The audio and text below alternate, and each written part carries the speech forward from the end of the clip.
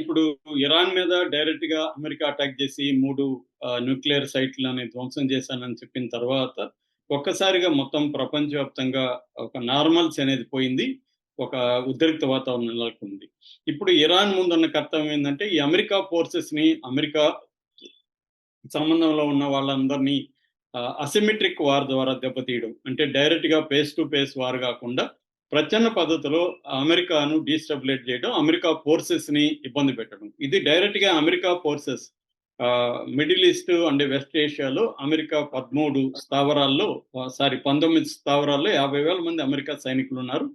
వాళ్ళ మీద అటాక్ చేయాలంటే ఇరాన్ కి ధైర్యం చాలట్లేదు. వాళ్ళ మీద అటాక్ చేస్తే అమెరికా ఆల్ అవుట్ వార్ ప్రకటిస్తుంది. అది ఇబ్బంది అవుతుంది. అమెరికానే కాకుండా అమెరికాతో పాటు అమెరికన్ అలయన్స్ లో ఉన్న యూకే లాంటి దేశాలు కూడా రంగంలోకి దిగుతాయి.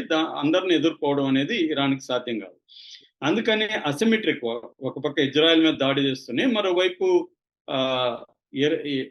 అమెరికాకి అనుకూలంగా ఉన్న ఫోర్సుల్ని అటాక్ చేయడం. ఇరాన్లో సిరియాలో ఏమైందంటే బషర్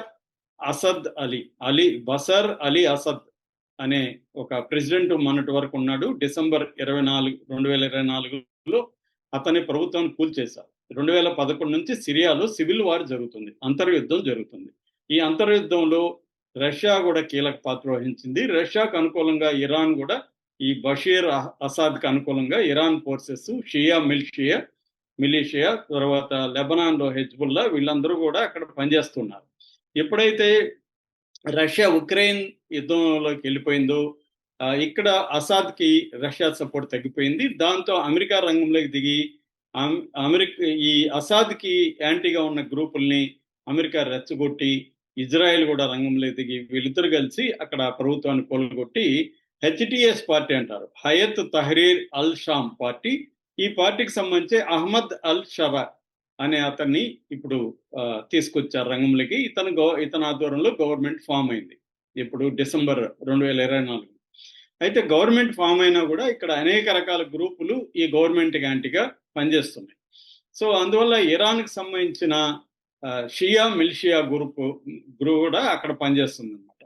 సో ఈ నేపథ్యంలో అక్కడ నిన్న ఒక దారుణం చోటు చేసుకుంది. అదేంటంటే దమస్కస్, సిరియా రాజధాని దమస్కస్ లో మర్ ఎలియాస్ అనే ఒక గ్రీక్ ఆర్థడాక్స్ చర్చి, ఇది ద్వెలీస్ నైబర్హుడ్ లో ఉంటది డమస్కస్ లో.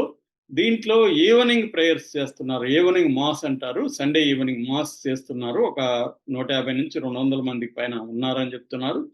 సడన్ గా ఒక ఆయుధాలు పట్టుకుని వచ్చిన ఒక వ్యక్తి ఎంటర్ అయ్యి చర్చిలోకి గబగబా అని కాల్పులు జరిపాడు. ఈ లోపల జనం అతను పట్టుకోవడానికి ట్రై చేస్తే అతను ఒక జాకెట్ లాంటిది వేసుకున్నాడు, దాన్ని డిటనేటర్ పెట్టుకొని వచ్చుకున్నాడు. దాన్ని యాక్టివేట్ చేసేసరికి అతను పేలిపోయాడు.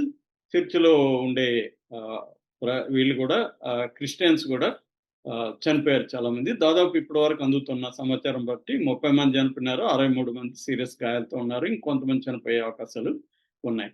ఆ విజువల్స్ చూస్తుంటే కూడా దారుణంగా ఉంది. మొత్తం గ్లాసులు పగిలిపోయినాయి, ఆ బెంచీలంతా చెదరైపోయి పగిలిపోయినాయి, బ్లడ్ అంతా కూడా నేల మీద, గోడల మీద బ్లడ్ అంతా ఉంది. సో ఈ లోపల అక్కడ సిరియన్ సివిల్ డిఫెన్స్ రంగంలో దిగింది. వాళ్ళని వైట్ హెల్మెట్స్ అంటారు అన్నమాట. సివిల్ డిఫెన్స్ రంగంలో దిగి వాళ్ళని హాస్పిటల్లోకి తీసుకోవడం. దాని తర్వాత మిలిటరీ రంగంలో దిగింది. మిలిటరీ రంగంలో దిగి కార్డన్ అండ్ సెర్చ్, అంటే మొత్తం దారులన్నింటినీ క్లోజ్ చేసి సెర్చ్ ఆపరేషన్ చేసింది. ఎందుకంటే కొంతమంది అక్కడ ఐ విట్నెస్లు ఏం చెప్తున్నారంటే ఇద్దరు వచ్చారు యాక్చువల్గా. ఒకడేమో బయట ఉన్నాడు, వాడు కూడా కాల్పులకు ట్రై చేశాడు. అయితే జనం గుంపుకోవడంతో వాడు పారిపోయాడు. ఇంకొక అతను మాత్రం లోపల ఇది చేశాడని చెప్తున్నారు. ఎప్పుడైతే ఇతను ఎంట్రన్స్ లో చేశాడు కాబట్టి బయట ఉన్న వాళ్ళు కూడా కొంతమంది చుట్టుపక్కల కూడా అది ప్రమాదం జరిగి చనిపోయారు అనమాట. సో దీనికి సంబంధించి అక్కడ human rights group, Syrian observatory for human rights అంటారు, ఆ గ్రూపు వివరాలు అందించింది. తర్వాత అక్కడున్న సిరియన్ మినిస్ట్రీ ఆఫ్ హెల్త్, తర్వాత సిరియన్ ఇంటీరియర్ మినిస్ట్రీ, ఈ 2 రకాల మంత్రిత్వ శాఖలు కూడా మాట్లాడాయి. అట్లాగే సిరియాకు సంబంధించిన స్టేట్ ఇన్ఫర్మేషన్ నెట్వర్క్, సనా అంటారు దాన్ని, ఆ సనా కూడా ప్రపంచ మీడియాతో మాట్లాడారు. వాళ్ళంతా ఈ విషయాలు చెప్పారు. ఇప్పుడు వాళ్ళు చెప్తున్నది ఏమంటే అసలు ఎవరు ఈ మిలిటెంట్ ఎవరు, ఇతను వచ్చి ఎందుకు పేర్చుకున్నా అంటే వాళ్ళు చెప్తున్నది ఐఎస్ అనే ఒక సంస్థ.